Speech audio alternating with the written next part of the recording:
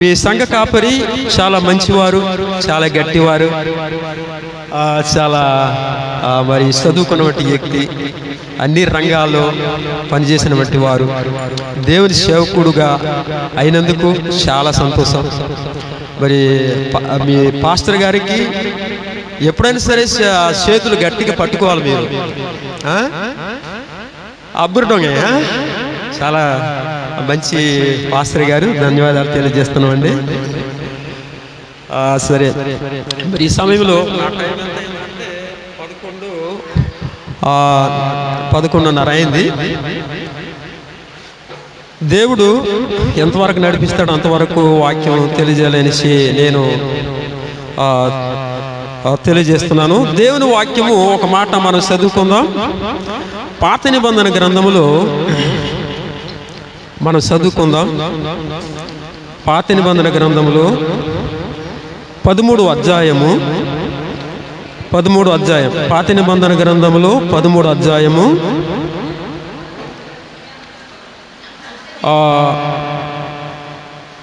ఇర్మియా గ్రంథము 13వ అధ్యాయము 21, 23 వరకు చదువుకుందాం. ఎవరైనా దొరికితే చదవండి. 21, 23 వరకు.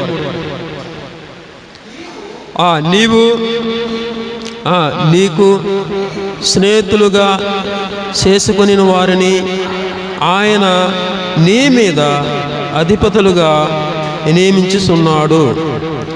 నీవేమి చెప్పెదవు? ప్రసవించు స్త్రీ వేదన వంటి వేదన నిన్ను పట్టును గదా. నీవు ఇవి నాకెలా సంభవించినని నీ మనస్సులో అనుకొని ఎడల నీవు చేసిన విస్తారమైన దోషములను బట్టి నీ బట్ట చెంగులు తొలగిపోయెను. నీ మడిమెలో సిగ్గునందెను. ఇంకా 20 కూసు దేశస్థుడు తన శర్మమును మార్చుకొనగలడా? చిరతపులి తన మచ్చలను మార్చుకొనగలదా? మార్చుకొనగలిగిన ఎడల కీడు చేయుటకు అలవాటు పడిన మీరును మేలు చేయ వల్ల పడును. చాలు. సరే, ప్రార్థన చేస్తాను. కళ్ళు మూసుకోవాలి. ప్రేమ, నమ్మకము, కనికరం గల మా పరలోకమందున మా తండ్రి, నీ విలువైన ఘనమైన నామం బట్టి నీకే వందనాలు, స్తోత్రాలు చెల్లిస్తున్నాం నాయన. పరిశుద్ధుడా, ఉన్నతుడా, మహోన్నతుడా, నీకే స్తుతులు, స్తోత్రాలు. గొప్ప దేవుడా, నీ పాదాల స్తోత్రములు. నీ వాక్యము ప్రభువా పరిశుద్ధాత్మతో మమ్మల్ని బయలుపరిచి ఇందులో మర్మాలను నీవే మాతో మాట్లాడి, నీ బిడ్డలతో మాట్లాడి బలపరిచి దీవించి వారి జీవితాన్ని సరిదిద్దుకొని ప్రభువా నీ సన్నిధిలో నీ బిడ్డలుగా ఉండడానికి ఈ వాక్యం ద్వారా నీ బిడ్డలతో మాట్లాడమని, మాతో ఉండి నడిపించమని నీకే వందనములు, స్తోత్రాలు చెల్లిస్తూ యేసు పరిశుద్ధ నామములో ప్రార్థించి వేడుకొనిస్తున్నాం తండ్రి. ఆమేన్. దేవునికి స్తోత్రం. హల్లెలూయా. అందరూ మెలకువగా ఉండాలి. నేను మెలుకే చెప్తాను. అర్థం కాకపోతే అర్థం చేసుకొని కొంచెం ముందుకు సాగితే మంచిది. ప్రియమైన దేవుని పిల్లలారా, దేవుని వాక్యములో ఈరోజు నేను మాట్లాడే మాట ఏమిటంటే, మన ఆత్మలను, మన జీవితాలను మనం ఏం చేసుకోవాలంటే శుద్ధి చేసుకోవాలి. మన పాపములు ఒప్పుకోవాలి. మనం చదివినటువంటి వాక్య భాగంలో ఇర్మియా ప్రవక్త ఇశ్రాయేల్ ప్రజలను గురించి మాట్లాడుతున్నాడు. యెరూషలేము గురించి మాట్లాడుతున్నాడు. యెరూషలేము ఎక్కడుంది? పాలస్తీనా దేశంలో ఉన్నది, ఇజ్రాయెల్ దేశంలో ఉన్నది. కాబట్టి ఈ ఒక ఇజ్రాయెల్ దేశంలో ఉన్నటువంటి ప్రజలు ఎవరంటే యూదులు, ఇశ్రాయేల్ ప్రజలు. వారు ప్రతిరోజు, ప్రతి సమయము దేవుడు అనేక మేలులను చేశాడు. ఇశ్రాయేల్ ప్రజలు అబ్రహాము వంశం ఐగుప్తు దేశంలో అనేకమైన బాధలు అనుభవించిన అక్కడి నుండి మరి ఫరో రాజు యొక్క చేతిలో నుండి విడుదల చేసి వాగ్దానం చేసినటువంటి దేశంలో వారు నడిపించారు దేవుని శక్తితో. అయితే ఈ ఒక వాగ్దానం చేసినటువంటి దేశంలో కూడా ఇశ్రాయేలు ప్రజలు వచ్చినాయి. వారు మనసు మారలేదు, బుద్ధి మారలేదు. వారు ఎలాంటి పాపములు చేయడానికైనా వారికి ఆటంకం లేకుండా, భయం భక్తి లేకుండా వారు జీవించారు దేవుని ఎదుట. అందుకే దేవుడు యిర్మీయా ప్రవక్తతో మాట్లాడుతూ ఉన్నాడు. యిర్మీయా ప్రవక్తతో మాట్లాడుతూ ఉన్నారు. ఈరోజు ఇదే వాక్యము మనతో కూడా మాట్లాడుతున్నాడు. ఈ వాక్యం ద్వారా మీరు విన్నప్పుడు నేను ఎలాగ ఉన్నాను అనేసి మీరు సరిదిద్దుకోవాలి. ఇక్కడ 23వ వచనంలో ఏముందంటే, కూసు దేశస్థుడు అని ఒకటి ఉంది. కూసు దేశస్థుడు తన చర్మమును మార్చుకొనగలడా. తర్వాత రెండోది ఏంటంటే, చిరుతపులి తన మచ్చలను మార్చుకొనగలదా అని ఉంది. మూడోది ఏమిటంటే, మీరును మేలు, ఇక్కడ ఏముందంటే, కీడు చేటుకు అలవాటు పడిన మీరును మేలు చేయ వల్లపడును అని ఉంది. 3 రకాలు. అయితే కూసు అంటే ఒక మనిషి పేరే. నోహావు సంతానములో 2వ కుమారుడు హాము. హాము కుమారుడే ఈ కూసు. ఈ కూసు అనేది కూసు దేశస్థులు ఆఫ్రికా ఖండంలో ఉండొచ్చు, అక్కడ ఉంది. అయితే ఆ దేశం ప్రజలు ఎలాంటి వాళ్ళు ఎప్పుడైనా చూసారా మీరు? ఎలాగుంటారు? నల్లగా ఉంటారు. ఎలాగుంటారు? నల్లగా ఉంటారు. కానీ వారు ఒక లోపల శరీరంలో రక్తంలో ఎలాగుంటుంది? ఎర్రగానే ఉంటుంది.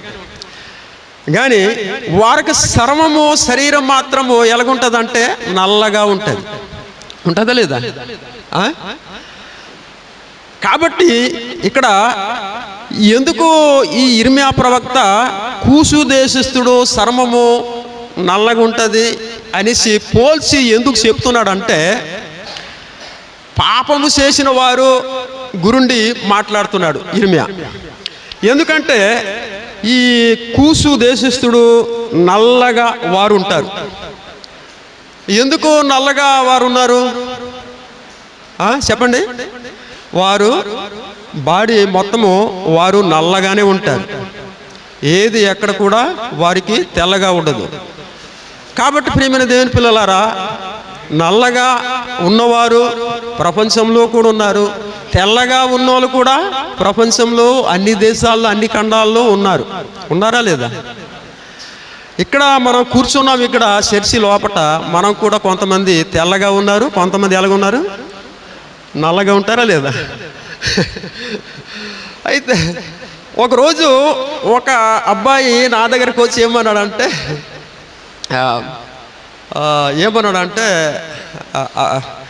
నా దగ్గరకు వచ్చి, అయ్యా నేను నల్లగా ఉన్నాను, మంచి అందంగా ఉండడానికి నా కోసం ప్రార్థన చేయమనిసి అడిగాడు. ఏమన్నాడమ్మా? నేను నల్లగా ఉన్నాను, నీ ప్రార్థన వల్ల నాకు తెల్లగా అయిన వల్ల అనేసి, భవిష్యత్తులో నేను పెళ్లి చేసుకున్నా నా పిల్లలు కూడా ఎలాగ పుట్టాలన్నాడు? తెల్లగా పుట్టాలా అనేసి అన్నాడు. మరి నీవు నల్లగా ఉంటే నీ పిల్లలు ఎలాగా తెల్లగా పుడతారనేసి నేను అన్నాను. నీవు నల్లగా ఉన్నావు, నీ పిల్లలు రేపొద్దున తెల్లగా పుట్టాలంటే ఎలాగొద్దయ్యా అనేసి అన్నాను. నీ భార్య తెల్లగా ఉంటే కొంతమంది వస్తారేమో అనుకున్నాను నేను. అయితే ప్రియమైన దేవుని పిల్లలారా, సపోజ్ కొంచెం చెప్తున్నాను, తర్వాత ఇందుకు ఏమైనదో నేను తెలియజేస్తాను. నల్లగా తండ్రి ఉంటే కొడుకులు కూడా, కూతుర్లు కూడా ఎలాగుంటారు? నల్లగానే ఉంటారు కదా. ఆయనకి మాట్లాడుతున్నారు పాస్టర్ గారు అనేసి నా మీద ఏమైనా సీరియస్ అవ్వద్దు, లోపల నాకేం తిట్టొద్దు. కూసు దేశస్థుడు అనేసి ఇక్కడ బైబిల్లో దేవుడు రాపించాడు కాబట్టి నేను చెప్తున్నాను. ఏది ఏమైనా సరే మనము మన హృదయాలు నల్లగున్నోడైనా తెల్లగున్నోడైనా మన హృదయాలు మారి భయం భక్తితో దేవుని సన్నిధిలో ఉంటే చాలు. దేవుడు అందరినీ ప్రేమిస్తున్నాడు. నల్లగున్నోడైనా తెల్లగున్నోడైనా అందరినీ ప్రేమిస్తున్నాడు. అందరి కోసమే యేసు ప్రభు తన ప్రాణం పెట్టాడు. అందరి కోసమే ఆయన రక్తమును మరి శిలువలో కార్చినాడు. ఆ రక్తంతో ప్రతి ఒక్కరు కూడా మన పాపములు కూడా ఏం చేసుకోవాలి? శుద్ధి చేసుకోవాలి. దేవునికి స్తోత్రం, హల్లెలూయా. ప్రతి ఒక్కరు కూడా యేసు రక్తంతో శుద్ధి చేసుకోవాలి. మనొక శరీరము నల్లగుంది కాబట్టి ప్రభువా నీ రక్తంతో నాకు తెల్లగా చేయమనేసి కాదు, కానీ మన పాపములు అపరాధములన్నీ కూడా మరి క్షమించమని దేవునికి అడగాలి. నమ్మి బాప్తీసం పొందినవాడు రక్షింపబడు అనేసి ఉంది కదా. కాబట్టి మన ప్రభువు నమ్మాలి. మన పాపములను ఆయన రక్తంతో మనలను క్షమిస్తాడు. కాబట్టి ప్రియమైన దేవుని పిల్లలారా, ఇశ్రాయేలు ప్రజలు ఎలాగున్నారంటే వారు తెల్లగానే ఉన్నారు, నల్లగానే ఉండవచ్చు. కానీ ఇర్మీయా ప్రవక్త ఏమని మాట్లాడుతున్నాడంటే కూసు దేశస్థుల గురించి పోల్చి చెప్తున్నాడు. వారు కూసు దేశస్థులు ఎలాగైతే నల్లగా ఉన్నారో మీ పాపములు కూడా అలాగే నల్లగా ఉన్నది అనేసి తెలియజేస్తున్నాడు ఇర్మీయా ప్రవక్త ఇశ్రాయేలు ప్రజలను గురించి. అయితే ఇక్కడ 3 రకాలు తెలియజేస్తున్నాడు. ఏముందంటే చర్మమును గూర్చి ఇర్మీయా ప్రవక్త తెలియజేస్తున్నాడు. చిరుతపులి ఎలాగుంటుంది? మచ్చలు ఉంటాయి. ఆ మచ్చలు ఆ చిరుతపులి మచ్చలాగా ఉంటాయి కదా. ఆ మచ్చలు ఆ చిరుతపులిని మరి తెల్లగా చేసుకోవడానికి ఉంటుందా? ఆ జంతువు దేవుడు పుట్టించాడు అంతే, అది అలాగే ఉంది. అది అలాగే ఉండి కష్టపడుతుంది, సంపాదిస్తుంది ఆహారం కదా. అయినను ఆ చిరుతపులి పోషించేది ఎవరండి? దేవుడే. చిరుతపులి పోషించేది ఎవరు? దేవుడే. కాబట్టి మరి మన దేవుని సందులో మనము మన పాపములు ఒప్పుకోవాలి. అయితే ఇక్కడ ఇర్మీయా ప్రవక్త ఏమంటున్నాడంటే ఈ ఒక మనము మనిషి ఏమో ఏం చేస్తున్నాడు? కీడు చేస్తాడు, అన్యాయం చేస్తున్నాడు, అబద్ధం చేస్తున్నాడు, క్రమం తప్పిపోతున్నాడు, టైం ప్రకారం చర్చికి రాలేకపోతున్నాడు. బైబిల్లో ఒక మాట ఉంది, సామెతల గ్రంథంలో. ఎక్కడుందంటే సామెతల గ్రంథంలో ఏముందంటే సోమరి విత్తనాలు వేసిన కాలం ఏం చేయడు? దున్నడు. సోమరి విత్తనాలు వేసిన కాలము విత్తడు. ఎప్పుడు సోమరి ఏం చేస్తాడు? పడుకొని ఉంటాడు కదా. పడుకొని ఉంటాడా? నిలబడి ఉంటాడా? విత్తనాలు వేసిన కాలం, దున్నిన కాలం ఏం చేయడు? దున్నడు, విత్తనాలు వేయడు. ఎప్పుడు వేస్తాడు? అందరు వేసిన తర్వాత, దమ్ములు దిగిన తర్వాత సోమరి లేచి ఏం చేస్తాడు? విత్తనాలు వేయడానికి సిద్ధపడతాడు. అప్పటికి ఎప్పుడు వేస్తాడు? వీళ్ళు పొట్ట వచ్చినప్పుడు ఈయన తయారు చేసి దున్నేస్తాడు కదా. కాబట్టి దానికంటే సోమరి అంటే దానికి అర్థం ఏంటంటే విత్తనాలు వేసిన కాలం అంటే మనము ఈ లోకంలో విశ్వాసంగా ఉన్నాము. సోమరిలాగే మనం ఉన్నాము. చర్చికి రాడు. చర్చి అయిపోయిన తర్వాత సోమరి ఏం చేస్తాడు? లేచి చర్చికి వస్తాడు. అలాగే వస్తారా? అంటే అక్కడ విత్తనాలు వేసిన కాలము సోమరి ఏం చేయడు? విత్తడు, దున్నడు. అలాగే మన చర్చి టైం అయిందంటే మరి చర్చి టైం వచ్చిందనేసి రెడీగా చేసుకొని స్త్రీలైనా పురుషులైనా యవనస్తులైనా యవన స్త్రీలైనా రెడీ చేసుకొని రారు. చర్చి అయిపోయిన తర్వాత బాగా శుభ్రంగా దూకొని చేసుకొని మనిషి బట్టలు వేసుకొని చర్చికి వస్తాననేసి వస్తాడు. అయిపోయిన తర్వాత వారు ఎలాంటి వాళ్ళు? సోమరులు. ఎలాంటి వాళ్ళు? సోమరులు. ప్రసంగి గ్రంథంలో 5వ అధ్యాయంలో ఏముంది తెలిసిన? అన్నిటికీ సమయం ఉంది. దేవుని మందిరంలో రావడానికి మనం కూడా పాటించాలి. నేను ఈరోజు ఏ సంఘమైన వెళ్ళినా కూడా అలాగే చాలా లేటుగా వస్తారు. 10 గంటలు స్టార్ట్ చేస్తారు ఇక్కడ. కానీ మనం 10 గంటలు స్టార్ట్ చేసిన తర్వాత నాకు పావు గంట అయినా కనీసం విశ్వాసులందరూ కూడా చర్చి దగ్గర రావాలి. మన ఇంట్లో సోమవారం నుండి శనివారం వరకు ఉంటాం. బుధవారం శుక్రవారం ఇక్కడికి వస్తారు ఆరాధన చేయడానికి. అలాగే ఇంత చక్కగా కట్టిన తర్వాత ఒక గడిచిప్పు 1 గంట పాటలు పాడుతూ ప్రార్థన చేస్తూ దేవుని సన్నిధిలో మీ ఇన్నపాలు కూడా తెలియజేస్తే దేవుడు ఆయన రక్తంతో మీ పాపములన్నీ కూడా ఏం చేస్తాడు? శుద్ధి చేస్తాడు. కాబట్టి ప్రియమైన దేవుని పిల్లలారా, ఇక్కడ మనం ఏం చేయాలంటే, మనం కీడు చేస్తున్నాం, మనము అన్యాయం చేస్తున్నాం. ఎవరికి? దేవునికి అన్యాయం చేస్తున్నాం. మనం టైం తప్పించి మనం ప్రవర్తిస్తున్నాం, మనము క్రమం తప్పిపోతున్నాం. కాబట్టి మనం కీడు చేయుట మనం ఏం చేయాలట? అలవాటు అయిపోయినాం. కీడు చేయడానికి, అన్యాయం చేయడానికి, పాపం చేయడానికి మనం ఏం చేస్తున్నాము? అలవాటు అయిపోయినాం. మనం ఏం చేయాలంటే, మీరు కీడు చేసిన వాడు ఎప్పుడు మేలు చేయడు. మేలు చేస్తాడా? కానీ దేవుడు మాత్రం ఏం చేస్తాడు? ప్రతి ఒక్కరు కూడా మేలు చేస్తాడు, అందరిని మేలు చేస్తాడు. మేలుతో మీ హృదయాలను కూడా ఏం చేస్తాడు? తృప్తిగా చేస్తాడు, ఆశీర్వదిస్తాడు. కాబట్టి ప్రియమైన దేవుని పిల్లలారా, ఈరోజు నేను చెప్పే అంశం ఏమిటంటే, మన హృదయాలు, మన జీవితాలు యేసు రక్తంతో శుద్ధి చేసుకోవాలి. యేసు రక్తంతో ఏం చేసుకోవాలి అమ్మా? శుద్ధి చేసుకోవాలి. కాబట్టి ఈ లోకంలో నీవెన్ని సబ్బులతో రాసుకున్నా, ఎన్ని మేకలు, గొర్రెలు, కోళ్ళు కోసినా ఆ ఒక రక్తంతో నీవు శుద్ధి చేసుకోలేవు. ఒకవేళ ఈ ఒక జంతువుల రక్తంతో నీవు శుద్ధి చేసుకుంటే యేసుప్రభు శిలువలో మరణించడానికి అవసరం లేదు. ఆయన ఎందుకు మరణించాలి? ఈ ఒక జంతువులతో మన పాపములు పోతే ఆయన ఎందుకు శిలువను మరణించాలి? అవసరం లేదు. ఆయన రావాలా, మన కోసం తెలియజేయాలి, వెళ్ళిపోవాలి, అంతే. అలాగా మేఘంలో. కానీ ఆయన ఈ లోకానికి వచ్చాడు, 33 సంవత్సరాలు జీవించాడు, అనేక అద్భుతాలు చేశాడు, శిలువలో మరణించాడు, నీ కోసం నా కోసము, తిరిగి లేచాడు, మేఘంలో వెళ్ళిపోయాడు, నేను తిరిగి వస్తానన్నాడు. కాబట్టి మనం ఎలాగ ఉండాలి? మనం సిద్ధంగా ఉండాలి, మెలకుగా ఉండాలి, ఎల్లప్పుడూ ప్రార్థనతో ఉండాలి. యేసుప్రభు మేఘాడు వస్తాను అనేసి బైబిల్లో చెప్పింది, కానీ ఫలానా సంవత్సరం వస్తాడు అనేసి లేదు. కాబట్టి పాస్టర్లు చెప్తున్నారు, ఎప్పుడు వస్తాడో తెలియదు, మనుషులందరూ చనిపోతున్నారు, వెళ్ళిపోతున్నారు అనేసి నీవు అనుకోవచ్చు. కానీ యేసుప్రభు ఏమన్నాడు? దొంగ వలె వస్తానన్నాడు, బహిరంగంగా కూడా వస్తానన్నాడు. అంటే యేసుప్రభు దొంగ కాడు, కానీ దొంగ వలె వస్తాను అన్నాడు. అంటే మీరు సిద్ధంగా ఉండాలి కదా, ఎంత జాగ్రత్త ఉండాలి కదా. మీ పాపములు ఒప్పుకొని ప్రభు సన్నిధిలో పరిశుద్ధులుగా మీరు జీవించాలి కదా. కానీ ఎప్పుడు అన్యాయం చేస్తూ ఉంటారు, కీడు చేస్తూ ఉంటారు, పాపం చేస్తూ ఉంటారు అనేసి ఆనాడు ఇర్మియా ప్రవక్త ఇశ్రాయేలు ప్రజలను బోధిస్తున్నాడు. ఈరోజు అదే వాక్యం ఈ ఒక సంఘంలో కూడా మాట్లాడుతున్నాడు దేవుడు. కాబట్టి ఈ వాక్యం విన్నప్పుడు నీ జీవితం సరిదేసుకోవాలి. బైబిల్లో ఒక వ్యక్తి తమ పాపములు ఒప్పుకుంటున్నాడు. చూద్దామా, కీర్తన గ్రంథంలో చూడండి.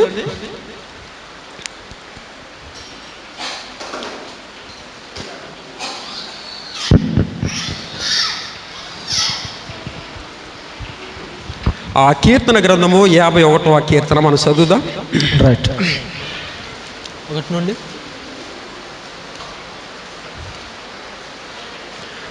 దేవా, నీ కృప చొప్పున. ఎక్కడ చదువుతావు అంటే 5, 6 చదువు. 5, 6. నేను పాపములో పుట్టినవాడను, పాపములోనే నా తల్లి గర్భము ధరించెను. నీవు అంతరంగములో సత్యమును కోరుచున్నావు, అంతర్యమున నాకు జ్ఞానము తెలియజేయదువు. దేవునికి స్తోత్రం. హల్లెలూయా. మరి దావీదు మహారాజు పెద్ద రాజే, ఆయన ఒక చక్రవర్తి, ఇశ్రాయేల్ దేశాన్ని మహా చక్రవర్తి, అనేక యుద్ధాలను చేసేవాడు, చాలా పెద్ద రాజు. అయినను ఈ ఒక దావీదు మహారాజు అనేకమైన పొరపాట్లు చేశాడు, అనేకమైన పాపములు చేశాడు. ఈ 51వ కీర్తనలో నాతాను అనే ప్రవక్త దావీదు దగ్గరికి రావడం జరిగింది. ఎందుకు రావడం జరిగింది?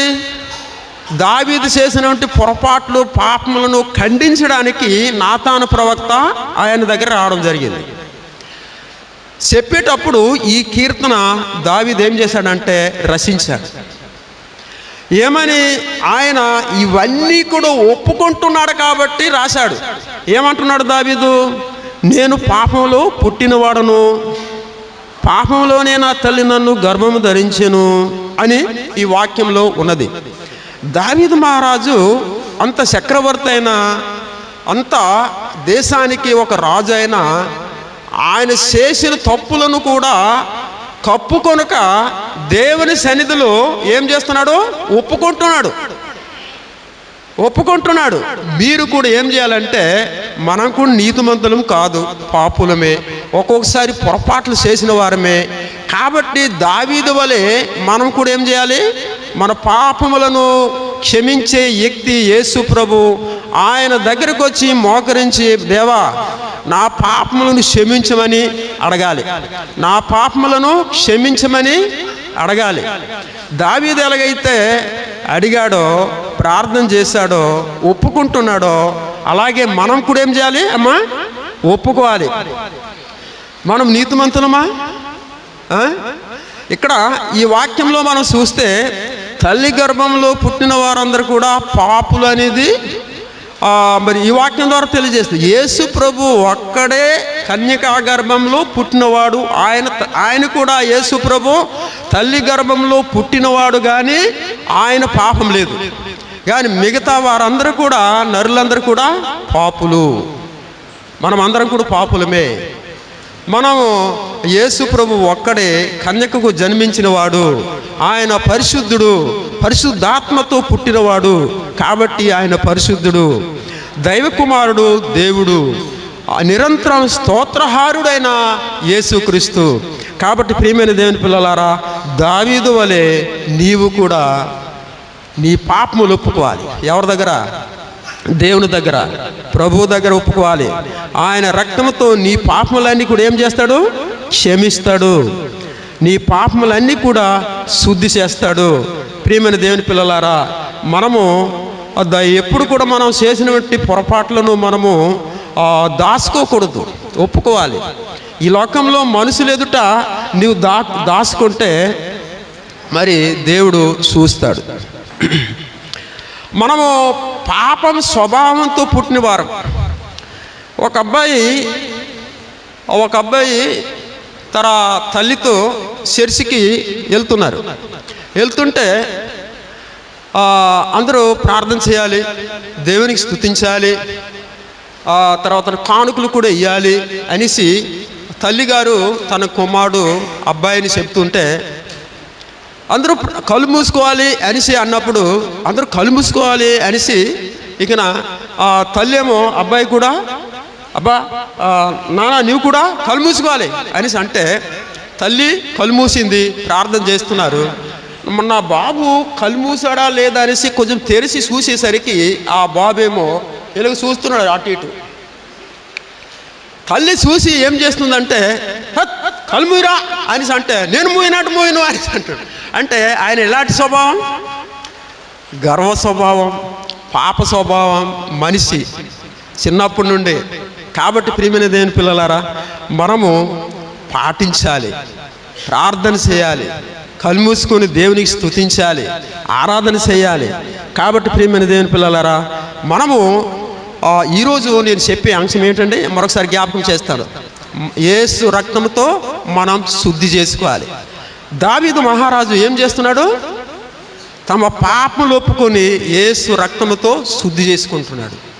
ఆయన క్షమించమని అడుగుతున్నాడు. కాబట్టి ఇక్కడ ఏమంటున్నాడు అంటే, నేను పాపములు పుట్టినవాడును, పాపములోనే నా తల్లి నన్ను గర్భం ధరించెను. నీవు అంతరంగంలో సత్యము కోరుచున్నావు, అంతర్యమును నాకు జ్ఞానము తెలియజేదువు. నేను పవిత్రుడనగుటకు అగునట్లు హిచ్చోపుతో నా పాపము పరిహరింపుము. హిమము కంటే నేను తెల్లగా నుండునట్లు నీవు నన్ను బాగుగా కడుగుము. దేవుడు మన పాపములన్నీ కడిగితేనే మనం ఏమవుతామట? ఎలా కనబడతాము? తెల్లగా అవుతాం. లేకపోతే కూసు దేశిస్తులాగా నల్లగా ఉంటాం. యేసు రక్తంతో మనం కడుక్కోవాలి, మన హృదయం కడుక్కోవాలి, మన పాపములు ఒప్పుకోవాలి. అప్పుడు మన హృదయము దేవుని ఎదుట పవిత్రంగా ఉంటుంది, తెల్లగా ఉంటుంది. యేసు రక్తమే మన పాపములన్నీ కూడా శుద్ధి చేస్తాడు. దేవునికి స్తోత్రం, హల్లెలూయా. కాబట్టి ప్రియమైన దేవుని పిల్లలారా, మరి ఇది రెండవ వాక్యము. మరొక మాట దేవుని వాక్యంలో మనం చదువుదాం. దేవుని వాక్యంలో చూడండి, ప్రకటన గ్రంథంలో ఒక మాట ఉంది, మనం చదువుదాం. ప్రకటన గ్రంథంలో 3వ అధ్యాయము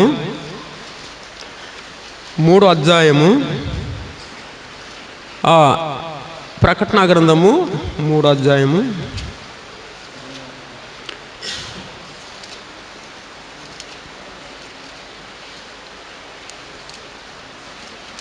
చదువుదాం. 14 వచనం నుండి మనం చదువుదాం. 17 వచనం వరకు చదవండి. లవోదికయలో ఉన్న సంఘపు దూతకు ఇలాగు వ్రాయము, ఆమెన్ అనువాడును నమ్మకమైన సత్య సాక్షియు దేవుని దృష్టికి ఆది అయిన వాడును చెప్పు సంగతులు ఏమనగా నీ క్రియలను నేనెరుగుదును, నీవు సల్లగానైనను వెచ్చగానైనను లేవు, నీవు సల్లగానైనను వెచ్చగానైనను ఉండినా మేలు, నీకు మేలు. నీవు వెచ్చగానైనను చల్లగానైనను ఉండక నులివెచ్చగా ఉన్నావు గనుక నేను నిన్ను నా నోట నుండి ఉమ్మివేయను ఉద్దేశించున్నాను. చాలయ్యా. ఇక్కడ దేవుడు లవోదికీయ సంఘములో ఉన్నటువంటి సంఘస్థులు విశ్వాసులతో దేవుడు నమ్మకమైన వాడు, ఆది అయిన వాడు మాట్లాడుతున్నాడు. నమ్మకమైన వాడు, ఆది అయిన వాడు.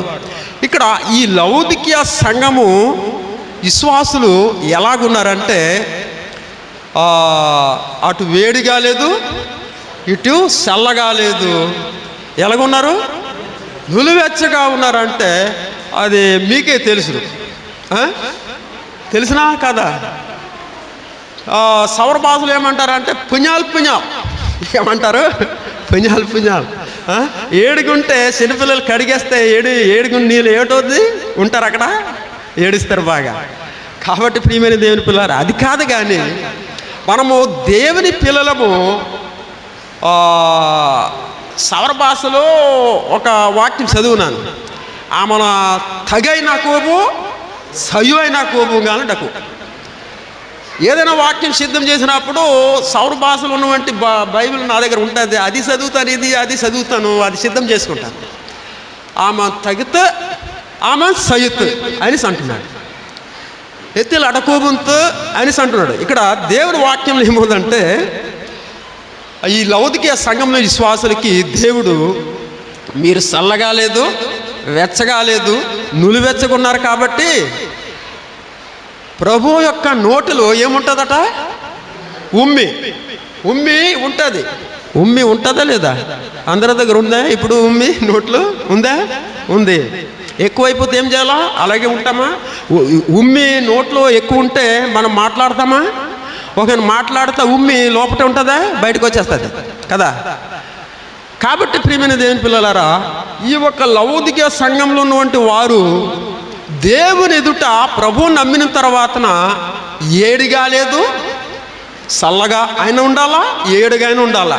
అంతేగాని దేవుని ఎదుట చాలా ఏడుగా ఉండాలా, దేవుని ఎదుట చల్లగా అయినా ఉండాలా. కానీ నులివెచ్చగా అనేది చాలా పాపం, చాలా కష్టం, అది సోమరితనం. కాబట్టి ప్రియమైన దేవుని పిల్లలారా, యేసు ప్రభు నోట్లో నుండి ప్రతి ఒక్కరు కూడా ఏడిగా లేకపోతే చల్లగా లేకపోతే ఒకరోజు ఆయన వచ్చినప్పుడు ప్రతి ఒక్క నోటలో నేను నా నోట్లో ఉన్నటువంటి ఉమ్మి మీ నోటలో ఏం చేస్తానన్నాడు? ఉమ్మి వేస్తాను అని అంటున్నాడు. కాబట్టి అలాంటి ఒక ఏమిటంటే భయంకరమైన లేక సిగ్గుకరమైన అలాంటి స్థితి మనలో రాకూడదు, మన సంఘంలో రాకూడదు. మనం వేడిగా ఉండాలి ప్రభు సన్నిధిలో. చూడండి, నేను మిషనరీ సేవగా 8 సంవత్సరాలు మహేంద్రగిరి ఏరియా సేవ చేశాను. నేను బుడాంబలో నేను ప్రార్థన నడిపించాను, బల్లేసాయిలో ప్రార్థన నడిపించాను, కుర్మాసింగ్లో ప్రార్థన నడిపించాను, కిల్లే కాలనీలో ప్రార్థన నడిపించాను. కొంకొడ పుట్టి కూడా మాస్టర్ గారు వాళ్ళ తల్లిగారు నాన్నగారు ఉన్నప్పుడు నేను అక్కడ వాళ్ళ ఇంటికాడే ప్రార్థన చేశాను. నేను ఒకసారి సువార్తకి వెళ్ళిన తర్వాతన బుడాం వెళ్ళాను. బుడాం వెళ్ళిన తర్వాత ఒక అమ్మ, అయ్యా నీవు ఎండలో వచ్చినావు కాబట్టి అనేసి నాకు కూర్చోబెట్టేసి గబగబా లోపలికి వెళ్ళి ఏం చేసిందంటే లిమ్మికాయ సీని కొద్ది కలిపేసి ముంతలో కలిపేసి తెచ్చింది. కలిపినప్పుడు ఏం మాట్లాడలేదు, బాగా కలిపింది, తెచ్చింది. అయితే నేను చూస్తూ ఉన్నాను. నా దగ్గరకు వచ్చేసరికి ఆ అమ్మగారు ఏం చేసిందంటే, బాబు ఈ లిమ్మికాయ నీళ్ళు కలిపినంత తాగు అన్నప్పుడు ఆ నోట్లో ఉమ్మి ఎక్కడ పడ్డాదంటే నిమ్మకాయ నీళ్ళు పడిపోయింది. లిమ్మికాయ నీళ్ళు పడిపోయింది. నేను చూసాను, తాగు నాయన అనిసాను. నాకు దామేదమ్మా వద్దు అనిసాను. ఎందుకు ఆ ఉమ్మి నోట్లో ఉమ్మి ఎక్కడ పడ్డది? లిమ్మికాయ నీళ్ళు చెంబులు పడ్డది కాబట్టి నాకు దామేదమ్మా అనేసి అన్నాను, తప్పించుకున్నాను. అక్కడ చూసిన తర్వాత నేను ఎలా తాగుతాను? లేదమ్మా దాహం లేదు, తాగేసి వచ్చినానని అన్నా. నేను అడగలేదు, తయారు చేసుకుని తెచ్చింది. లిమ్మికాయ నీళ్ళు తాగునాయనా అనేసి అన్నప్పుడు నోట్లో ఉమ్మి ముద్ద పడిపోయింది. నేను ఎలాగ తాగుతున్నా, నాకు దాహం లేదు అనేసి అన్నా. అలాగే మహేంద్రగిరి రకరకాల ఊరు స్వార్థ చేయడానికి నేను ఒక్కడిని కూడా వెళ్ళాను. అలాగ తిరుక్కొని కన్లో అదేదో బెంగాసాయి అలాగా సంకోడ ఇవన్నీ తిరుక్కొని వెళ్ళి అలండా ఊరు వెళ్ళాను. వెళ్తే అప్పుడు చాలామంది ఒక 4-5 వెళ్ళాము. కొంచెం తెలియజేసి వెళ్తాను. ఉమ్మిడి గురుండి ఉమ్మి వచ్చింది కాబట్టి నేను తెలియజేస్తాను. అలండా చాలా ఏడు వలన అలండా అనే గ్రామానికి వెళ్తే, అమ్మ కొద్దిగా మాకు దాహం వేస్తుందమ్మా, కొద్దిగా నీళ్ళేటి ఇవ్వండి, అంబలి నీళ్ళు కలిపేసి కొద్దిగా ఇవ్వండి ఉంటే అనేసి అన్నా. అనేసరికి ఆ అమ్మ ఏం చేసిందంటే నీళ్ళు పోసింది. తర్వాత అంబలిలో నీళ్ళు పోసి కలిపేస్తే ఇచ్చింది. Silver plate. ఏం ప్లేట్ అమ్మా? Silver plate. ఆ సిల్వర్ ప్లేటు ఇంట్లో కలిపేసి తెచ్చిన తర్వాత తాగండి అనేసి అన్నారు. నేను ఆ ప్లేట్ చూసేసరికి ఏమైందంటే ఆ నీళ్ళు దొరకదు సరిగ్గా అక్కడ. ఎప్పుడు ఆ సిల్వర్ ప్లేటు అంబలేసుకొని తిన్నే అలాగా ఊరిసి తాగడం వదిలేయడం, తాగేసి వదిలేస్తే ఆ ప్లేట్ ఏమిటవుద్ది? ఎండిపోదా? అంబలి అంటేస్తుంది కదా, అంటేసింది. మళ్ళీ నీళ్ళు పోస్తే ఏమవుద్ది? అవన్నీ ఊడిపోయి తేలుతుంది. తేలుతుంది లేదా? తేలుతుంది. తేలిన తర్వాత కడిగేసి తెస్తే బాగుండు. నీళ్ళు పోసి అంబలిలో పోసి నీళ్ళు పోసేసి కలిపేసి ఒక ప్లేటు నిండా తెచ్చింది. అది అంటేసినామంటే అంబలి ఎండిపోయినామంటే ఊడిపోయి అలాగా నీటిలో తేలుతుంది అంబలిలో. అమ్మ మాకు దాహమేదు, ఏమన్నమ్మా మాకు దాహమేదు వద్దు అనేసి అన్నాం. ఏం చేస్తాము? సూచనలకు తాగుతామండి.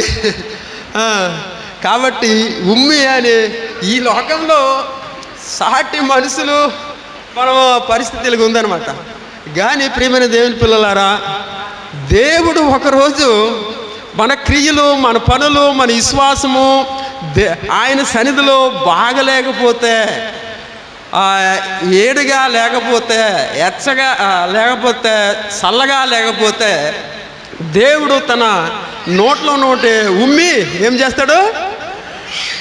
ఆలేమో ఆ ప్లేటులో ఆ చెంబులో ఉమ్మి పడ్డాది. కానీ ఆ దేవుడేమో మన క్రియలు ఆయన ఎదుట బాగలేకపోతే ఆ దేవుడు ఆయన నోట్లో ఉమ్మి మన నోట్లో ఏం చేస్తాడు? నోట్లో ఉమ్మి వేస్తాడట. ఆంగ్లించి అంటాడు, ఉమ్మి వేస్తాడు. ఒప్పుకుంటావా నువ్వు?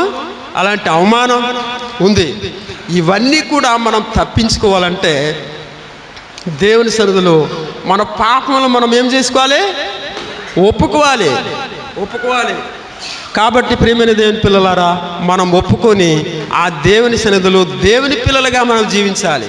ప్రభు బిడ్డలుగా మనం జీవించాలి. యేసు రక్తముతో మన పాపములను శుద్ధి చేసుకోవాలి, పవిత్రం చేసుకోవాలి. కాబట్టి ప్రియమైన దేవుని పిల్లలారా, ఈ లవోదిక సంఘము దేవుడు మెచ్చుకోవడం లేదు, అవమానమే జరుగుతుంది. ఎందుకు? అక్కడ విశ్వాసులు అలాంటి పరిస్థితి ఉన్నారు, అలాంటి క్రమం పాటిస్తున్నారు, వారి క్రియలు బాగలేదు, వారి పనులు బాగలేదు, వారికి విశ్వాసం బాగలేదు దేవుని ఎదుట. అందుకే దేవుడే డైరెక్ట్గా వచ్చి మీ నోటంటే నేను ఉమ్ము వేస్తానంటున్నాడు.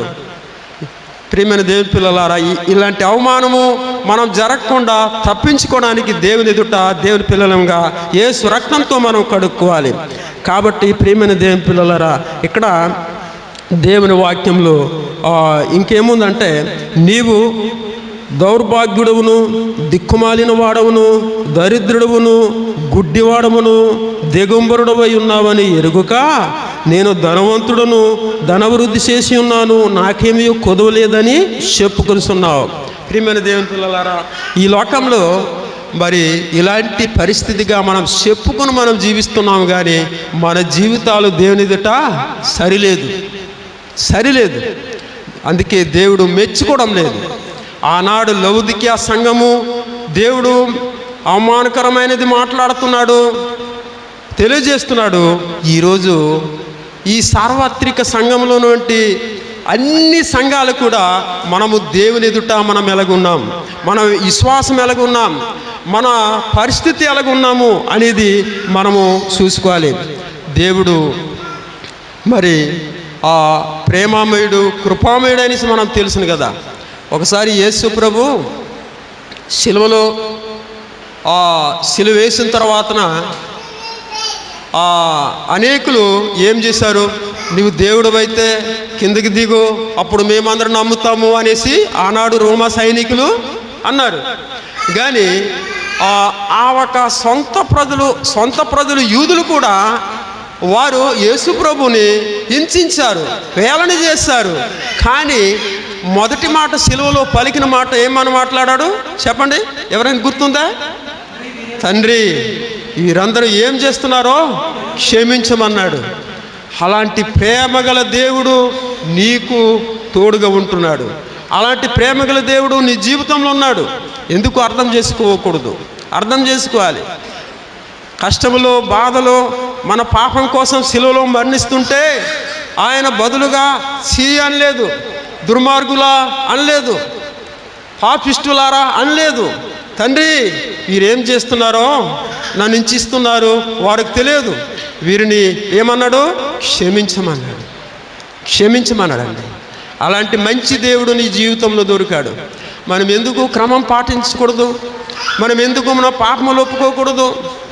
కాబట్టి నీ పాపం పోవాలంటే యేసే క్షమిస్తాడు, ఆయన క్షమిస్తాడు. కాబట్టి ఇలాంటి మంచి దేవుడు నీ జీవితంలో, నీ సంఘంలో, నీ కుటుంబంలో దేవుడు నీకు ఇచ్చినందుకు సంతోషించాలి, ఆనందించాలి, ప్రభు బిడ్డలుగా జీవించాలి. మరొక మాట బైబిల్ నుండి మనం చూద్దాం. చూడండి, 115వ కీర్తన ఒక మాట మనం చూద్దాం. 115వ కీర్తన బైబిల్ నుండి పేజీ నెంబర్ 514, 13, 14 చదువుదామా?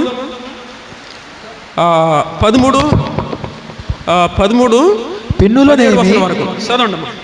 పిన్నులనేమి పెద్దలనేమి తన యందు భయభక్తులు గల వారిని యెహోవా ఆశీర్వదించును. యెహోవా మిమ్మును మీ పిల్లలను వృద్ధి పొందించును. భూమి ఆకాశములను సృజించిన యెహోవా చేత మీరు ఆశీర్వదింపబడుదురు. ఆకాశములు యెహోవా వశము, భూమిని ఆయన నరులకు ఇచ్చి ఉన్నాడు. మృతులను మౌన స్థితిలోనికి దిగిపోవు వారును యెహోవాను స్తుతింపరు. నేమైతే చాలు. దేవునికి స్తోత్రం, హల్లెలూయా.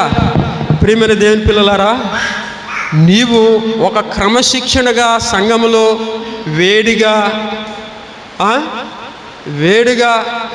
చల్లగా నీవు ఉంటే దేవుడు నీకు మెచ్చుకుంటాడు. నులివెచ్చగా అనేది ఉండకూడదు. కాబట్టి దేవుని సన్నిధిలో వేడిగా ఉంటే పరిగెట్టి వస్తా, నులివెచ్చుకుంటే మెల్లికి వస్తా. వేడిగుంటేనే వస్తావు, చల్లగా ఉంటేనే కూడా వస్తావు. కానీ నులివెచ్చగా అనేది అటు వేడిగా అటు చల్లగా కాకుండా నులివెచ్చగా విశ్వాసం అనేది మనం ఉండకూడదు.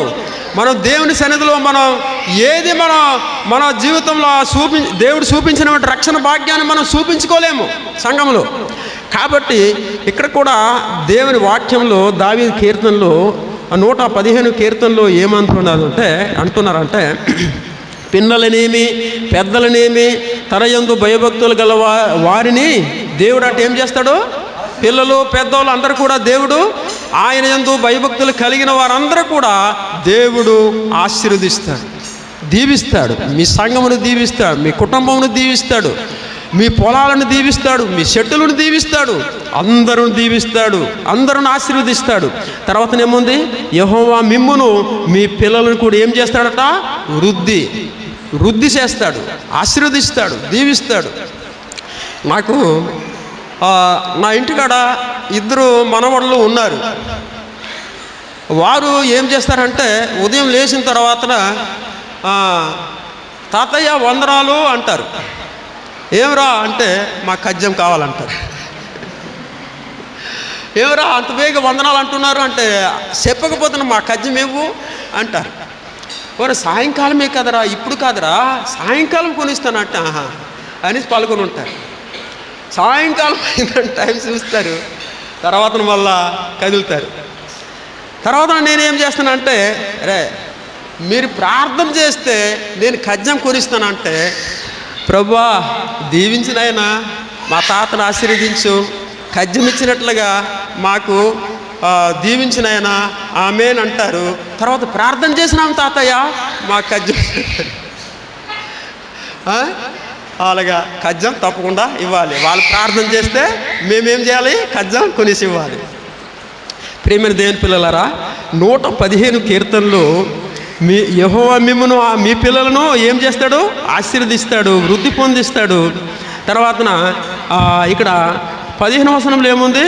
భూమి ఆకాశమును సృజించిన యెహోవా చేత అందరూ కూడా ఆశీర్వదింపబడుదురుగాక. ఆమేన్ అనండి. ఆమేన్, ఆమేన్. తర్వాతన 16వ వచనంలో ఏముంది? ఆకాశములు యెహోవా వశము, భూమిని ఆయన నరులకు ఇచ్చారు. ఆకాశము, మహాకాశములు ఎవరి వశంలో ఉన్నాయి? దేవుని వశంలో ఉన్నది. ఈరోజు మానవుడు ఏం చేస్తున్నాడంటే విమానాలతో రాకెట్లతో మరి పైకి వెళ్ళి తిరుక్కొని వస్తాడు. అక్కడికి వెళ్తాడు, ఇక్కడికి వస్తాడు, అక్కడికి వెళ్తాడు, ఇక్కడికి వస్తాడు.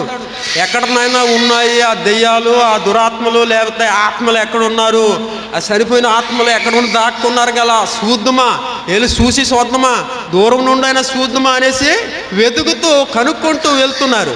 అసలు దేవుని వాక్యం ఏముందంటే ఆకాశం ఎవరి వశమట? దేవుని వశము. దేవుని వశం ఉన్నది. భూమి ఎవరికి ఇచ్చాడు? నరులకు ఇచ్చాడు. దేవునికి స్తోత్రం. అందుకే దేవుని మనం స్తుతించాలి, మన పాపములు ఒప్పుకోవాలి. ఆ తర్వాత 17వ వచనంలో ఏముంది? మృతులను భవనస్తులను దిగిపోవారును యెహోవాను స్తుతింపరు. ప్రియమైన దేవుని పిల్లలారు, ఈ వాక్యం నీవు అర్థం చేసుకున్నావా? చనిపోయిన వారు పాతాళలోకంలో దేవునికి స్తుతిస్తారా?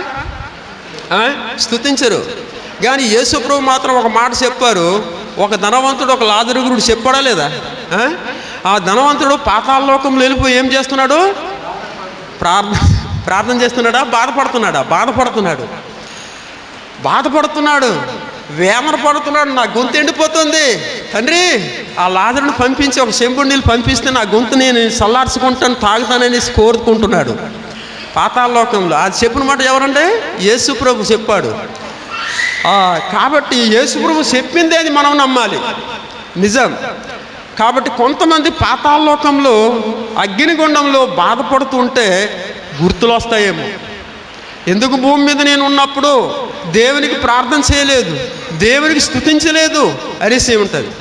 కానీ ఇక్కడ ఈ 17వ వచనంలో చెప్పినది ఏమిటంటే మృతులు అంటే ఆత్మ బయటికి వెళ్తే ఈ దేహాన్ని చనిపోయినట్టు దేహం, ఈ చనిపోయినట్టు దేహం ఎక్కడికి వెళ్తాం? మోసుకొని పెట్టులు పెట్టేసి ఎక్కడ తీసుకెళ్తాము? గొయ్యితా వేసి కింద వేస్తాం. కానీ ఆ ఒక దేహాన్ని అక్కడ కానుండి దేవునికి స్తుతిస్తాయా? స్తుతించదు, దేవునికి ఆరాధించదు. ఆత్మ మాత్రం పాతాళలోకంలో వెళ్ళిపోద్ది, లేకపోతే దేవుడు పరదేశికి వెళ్ళిపోద్ది, అంతే. దేవుడు నమ్మితే. అయితే మరి ఈ లోకంలో నీవు ఈ శరీరంలో ఆత్మ ఉన్నది, ప్రాణం ఉన్నది. నీవు చర్చికి రావాలి. చర్చికి వచ్చి నీవు ఈ శరీరంతో నువ్వేం చేయాలి? బ్రతుకున్న శరీరంతో నువ్వేం చేయాలి? దేవునికి స్తుతించాలి, దేవునికి ఆరాధన చేయాలి. కాబట్టి నువ్వు చనిపోతే తర్వాత తెలుస్తుందో లేని అక్కడ ఆరాధన చేసుకుంటానంటే అది ఆ బైబిల్లో ఆధారం లేదు. ఇక్కడ మృతులు వారు మౌన స్థితిలో దిగిపోతారు, వారు దేవునికి స్తుతించరాట. కాబట్టి నీవు బతుకున్నావు కాదు ఆరాధన చేయడానికి రావాలి. నీవు బతుకున్నప్పుడు దేవునికి కానుకలు ఇవ్వాలి. నీవు బతుకున్నావు కాబట్టి ఆరాధనకు వచ్చి నీ పాపములు ఒప్పుకోవాలి. కాబట్టి నీవు మర్చిపోకూడదు. చాలామంది ఏం చేస్తారంటే రాత్రి నిద్ర చేయలేదేమో, నా వాక్యం వారికి అర్థం కాదేమో. చాలామంది నిద్ర చేస్తున్నారు. పక్కన ఉన్నవాడు కొంచెం వెలుగు అంటే లేస్తారేమో. ఆయన బుర్ర ఏలేసుకొని పడుకుంటున్నాడు, ప్రార్థన చేస్తున్నాడా లేకపోతే నిద్ర చేస్తున్నాడా, నడుము నొప్పి వస్తుందా లేకపోతే ఎన్నో విషయాలు తెలియజేశాను నేను. కాబట్టి ప్రియమైన దేవుని పిల్లరా, మనం బ్రతుకున్నాము కాబట్టి మనం ఎక్కడికి రావాలి? ప్రార్థన చేయడానికి చర్చికి వచ్చి ప్రార్థన చేసుకోవాలి. మనం చనిపోతే ఇక్కడ రాలేము, ఇక్కడ తేలేము. సమాధికి వెళ్ళి తవ్వేసి మళ్ళీ మోసుకొని ఇక్కడికి వస్తారా? దేహం, శరీరము ఎవరు తేరు. కాబట్టి ఆత్మ వెళ్ళిపోయిందంటే వెంటనే కులిపోతుందనేసి కడిగేసి బాక్సులు పెట్టేసి సమాధి తీసుకెళ్తారు, అంతే తప్ప అక్కడ దేవునికి స్తుతించరు. కాబట్టి నీ బతికున్నావు, ఈ శరీరంలో నీ ఆత్మన్నది, నీ ప్రాణమున్నది. కాబట్టి చర్చికి రా, నీవు ఆరాధన చేయి, దేవునికి స్తుతించు, దేవునికి ఆరాధన చేయి. దేవునికి ఏం చేయాలి? కానుకలే. యేసుప్రభు ఒక మాట అన్నారు కానుకల గురించి. భూమి మీద మీ కొరకు ధనము ఏం చేయవద్దన్నాడు? కూర్చుకొనొద్దు. పరలోకమందు ఏం చేయమన్నాడు? ఇక్కడ వేసిన కానుక ఇది ఎవరికి ఎక్కడికి వెళ్తుంది? ఇక్కడ వేస్తే పరలోకంలో ఆశీర్వాదం దేవుడు నీకు ఇస్తాడట. ఇక్కడ వేయాలి. మరి మనం ఏం చేయాలి? ఒకవేళ పరలోకంలో మనం ఈరోజు కానుకలు వేసామంటే ఎవరు 10 రూపాయలు వేశారో, ఎవరు 5 రూపాయలు వేశారో, ఎవరు 100 రూపాయలు వేశారో, లేకపోతే ఎవరైనా ఒక 5 రూపాయలు వేశారో, ఎవరైనా ఒక 2 రూపాయలు వేసినారేమో, అవన్నీ కూడా ఎవరికి తెలుసును? దేవుడికి తెలుసును. కానీ ఒకరోజు పరలోకంలో మనం ఆ ఒక యేసుప్రభు జడ్జిమెంట్ కాలంలో వచ్చినప్పుడు ఎవరా మీరు 2 రూపాయలు వేసిన కానుకలు రండి ఇటు అని పిలుస్తాడేమో ముందు. ఎందుకు పిలుస్తాడు? 2 రూపాయలు వేసిన కానుకలు వస్తారు. తర్వాత ఇంకా ఎవరు ఒక 5 రూపాయలు వేసిన కానుకలు వేసిన వాళ్ళు రండ్రా అని పిలిస్తే వాళ్ళు 5 రూపాయలు వేసిన వాళ్ళు కూడా వస్తారు. ఎవరి దగ్గర? ప్రభు దగ్గరికి. నేను మీకు ఇన్ని ఆశీర్వాదాలు ఇస్తే మీరు నాకు 2 రూపాయలు ఇస్తారా? ఇదేనా అనేసి ఎక్కడ పంపిస్తాడేమో నాకైతే తెలియదు. 5 రూపాయలు 2 రూపాయలు వేసిన వాళ్ళు ఎక్కడ పంపిస్తాడో నేను చెప్పను, ఆ దేవుడికి తెలుసు. కాబట్టి ప్రియమైన దేవుని పిల్లలారా, మనము పరలోకంలో ఈ లోకంలో దేవుని సన్నిధిలో మనం వేసినటువంటి కానుకలు దేవుడు ఒకరోజు ఇస్తాడు, ఆశీర్వాదం ఇస్తాడు, దీవిస్తాడు. కాబట్టి కానుకలు వేయడము మీరు ఎంత మాత్రము తక్కువ చేయకూడదు. కాబట్టి ప్రియమైన దేవుని పిల్లలారా, మనం ఈరోజు ఏమని ఈ వాక్యంలో మనం చదువుకున్నాము? భయం భక్తితో ఉంటే నీ పిల్లలు ఆశీర్వదిస్తానన్నాడు, నీ సంఘం ఆశీర్వదిస్తానన్నాడు. తర్వాత సజీవులుగా ఉన్నప్పుడు మనం దేవునికి స్తుతించడానికి రావాలి. ఎవరు కూడా మిస్ అవ్వకూడదు. తొనానంజి భుజాంగంజి నేను చెప్తున్నాను, ఎవరు కూడా మిస్ అవ్వకూడదు. ఆదివారం వచ్చిందంటే మనం సిద్ధం చేసుకొని రావాలి, సిద్ధం చేసుకొని దేవునికి స్తుతించాలి.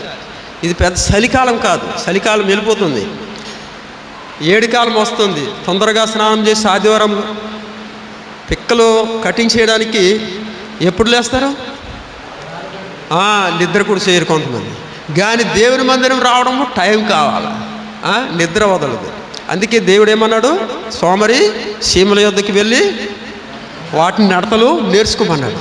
తర్వాత నీకేముంది? సోమరి అట విత్తనాలు వేసిన కాలం దున్నడు, విత్తనాలు విత్తిన కాలము ఇత్తడు అని ఉంది. అంటే దానికి అర్థం ఏంటంటే చర్చి టైంకి రారు, చర్చి అయిపోయిన తర్వాత సోమరి చర్చికి వస్తాడు. అలాంటి